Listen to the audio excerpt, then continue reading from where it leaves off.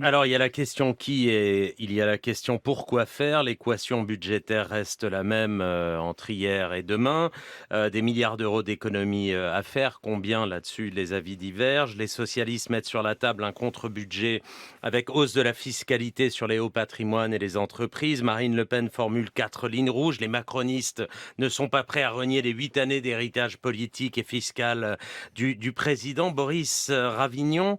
Comment imaginer une seconde qu'un futur Premier ministre, quel qu'il soit, puisse réussir à marier de tels contraires? Alors c'est effectivement difficile, d'imaginer, que sur ces propositions-là, il puisse y avoir un accord et en tout cas, il y a un accord qui remporte, à l'Assemblée nationale, 290, députés puisque c'est ce qu'il faudrait pour, avoir simplement, une majorité capable de survivre à un vote, de censure sur le prochain budget. Mais moi, je voudrais qu'on prenne un tout petit peu de fasse un pas de côté. Pourquoi est-ce qu'on en est là aujourd'hui? Quelle est la crise qu'il y a finalement derrière? Je l'évoquais déjà un peu tout à l'heure sur la sécurité. On a une vraie crise de l'État aujourd'hui. Sur toutes nos politiques publiques, on y consacre et c'est pour ça qu'on est ici, parce qu'on a des dépenses, un niveau de dépenses publiques extrêmement élevé. On consacre donc des moyens importants à ces politiques publiques.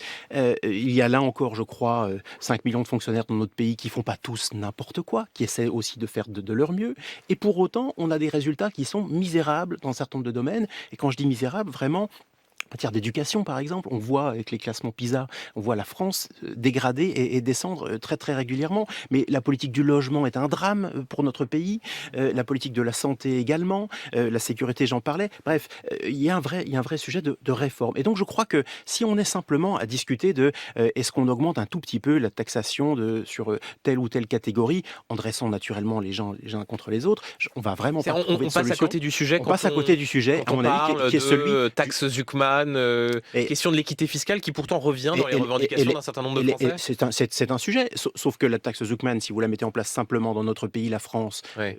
on sait ce qui va se passer. On sait que ce type de décision moi j'y souscris plutôt, mais à ce moment-là, dans un cadre au moins européen, Mmh. si ce n'est international. Sinon, ça n'a aucun sens et on va faire passer les mais je pense vraiment que moi, le point que je voulais c'est qu'il nous faut en fait avoir une vraie proposition de réforme structurelle Ouais. et notamment à mon sens, de décentralisation. L'État aujourd'hui veut tout faire, il fait tout mal, tout le monde s'occupe de tout, plus personne ne s'y retrouve dans l'organisation institutionnelle. Cela nous coûte très très cher, et je l'ai documenté d'assez près, puisque on a chiffré, on est au moins à 7,5 milliards de dépenses parfaitement inutiles, de coûts de coordination entre l'État, les Mmh. différentes collectivités.